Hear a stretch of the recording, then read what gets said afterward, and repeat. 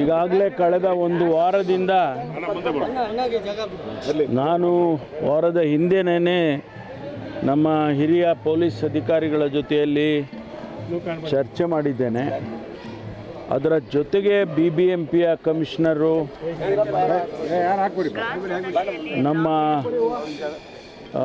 BESCOM chief engineer, ಆಮೇಲೆ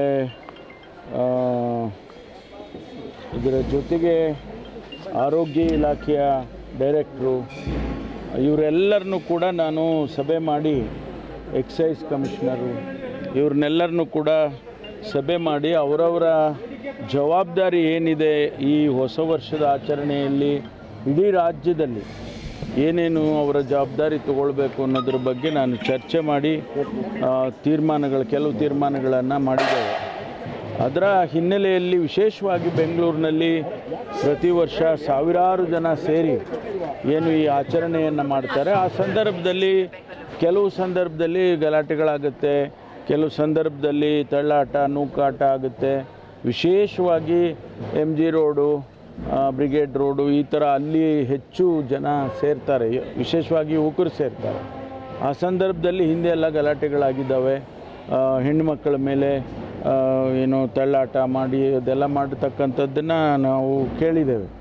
ಹಾಗಾಗಿ ಆ ವಿಷಯದಲ್ಲಿ ಸ್ವಲ್ಪ ಹೆಚ್ಚಿನ ರೀತಿಯಲ್ಲಿ ವ್ಯವಸ್ಥೆ ಮಾಡಿಕೊಳ್ಬೇಕು ಅಂತೇಳಿ ಪೊಲೀಸ್ ಹೆಲ್ಪ್ ಡೆಸ್ಕ್ ಇರ್ಬೋದು, ಆಮೇಲೆ ಆ್ಯಂಬ್ಯುಲೆನ್ಸಸ್ ಇರ್ಬೋದು, ಪವರ್ ಕನೆಕ್ಷನ್ಸು, ಅಕಸ್ಮಾತ್ ಪವರ್ ಹೋಗಿಬಿಟ್ರೆ ಏನು ಮಾಡಬೇಕು ಅಂತ ಈ ಥರದ್ದೆಲ್ಲ ಕೆಲವು ವಿಚಾರಗಳಲ್ಲಿ ನಾವು ಎಚ್ಚರಿಕೆ ವಹಿಸ್ತಕ್ಕಂಥ ಕೆಲಸವನ್ನು ಮಾಡಿದ್ದೇವೆ.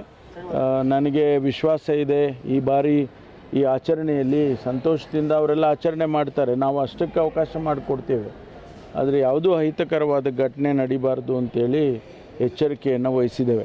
ಕೋವಿಡ್ ಕಾರಣ ಹೆಚ್ಚುವರಿ ಏನಾದರೂ ಇಲ್ಲ, ಕೋವಿಡ್ ಬಗ್ಗೆ ನಾವು ಆರೋಗ್ಯ ಇಲಾಖೆಯವ್ರ ಜೊತೆ ಚರ್ಚೆ ಮಾಡಿದಾಗ ಅವರು ಸಭೆಯಲ್ಲಿದ್ದರು.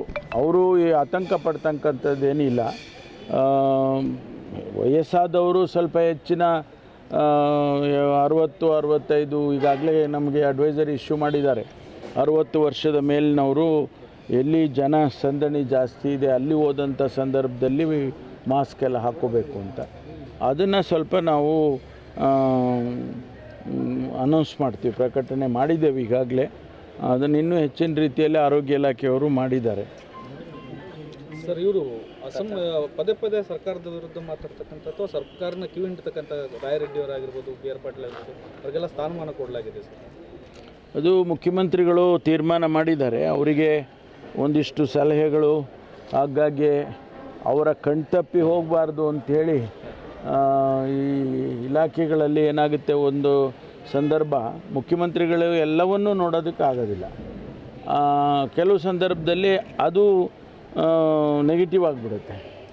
ಅದಕ್ಕಾಗಿ ಹಣಕಾಸಿನ ವಿಚಾರದಲ್ಲಿ ವಿಶೇಷವಾಗಿ ನಾವು ಹೆಚ್ಚು ಈ ಬಾರಿ ಹಣ ಸಂಗ್ರಹಣೆ ಆಗ್ತಕ್ಕಂಥದ್ದು, ಸರ್ಕಾರಕ್ಕೆ ಹಣ ಬರುವಂಥದ್ದು, ಅನವಶ್ಯಕವಾದ ವೆಚ್ಚ ನಿಲ್ಲಿಸುವಂಥದ್ದು, ಇದ್ರ ಬಗ್ಗೆ ಸ್ವಲ್ಪ ಗಮನ ಹರಿಸಲಿ ಅಂತೇಳಿ ರಾಯರೆಡ್ಡಿ ಅವರು ಸ್ವಲ್ಪ ಈ ಹಣಕಾಸು ವಿಚಾರದಲ್ಲಿ ಅವರಿಗೆ ಒಂದಿಷ್ಟು ಹೆಚ್ಚು ನಾಲೆಡ್ಜ್ ಇದೆ.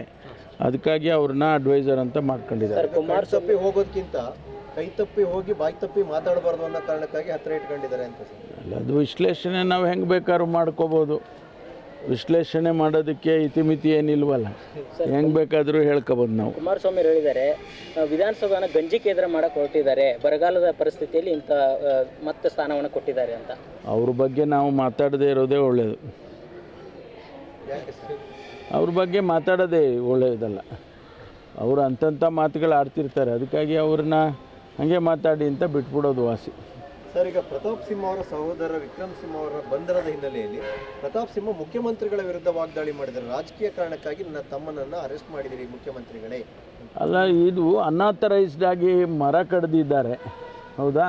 ಅದು ನಿಜ ಅಲ್ವಾ? ಅದಂತೂ ನಿಜ. ಅನ್ಆಥರೈಸ್ಡ್ ಆಗಿ ಕಡ್ದಿದ್ದಾರೆ ಅನ್ನೋದು ನಿಜ.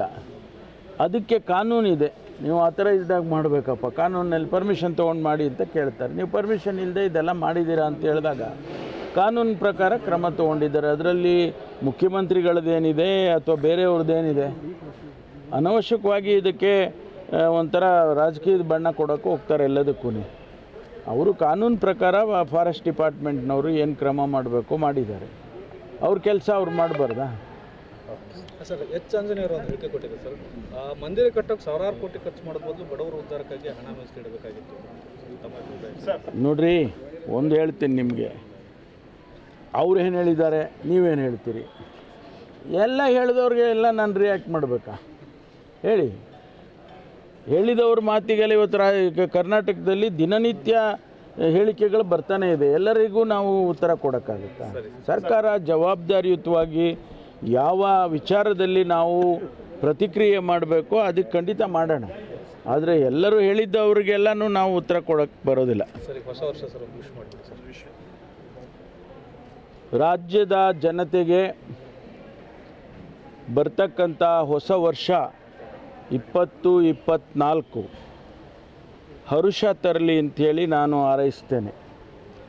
ನಮಗೆ ಅನೇಕ ಸವಾಲುಗಳು ಪ್ರತಿ ವರ್ಷ ಹೊಸದಾಗಿ ಬರ್ತಾ ಇರುತ್ತೆ.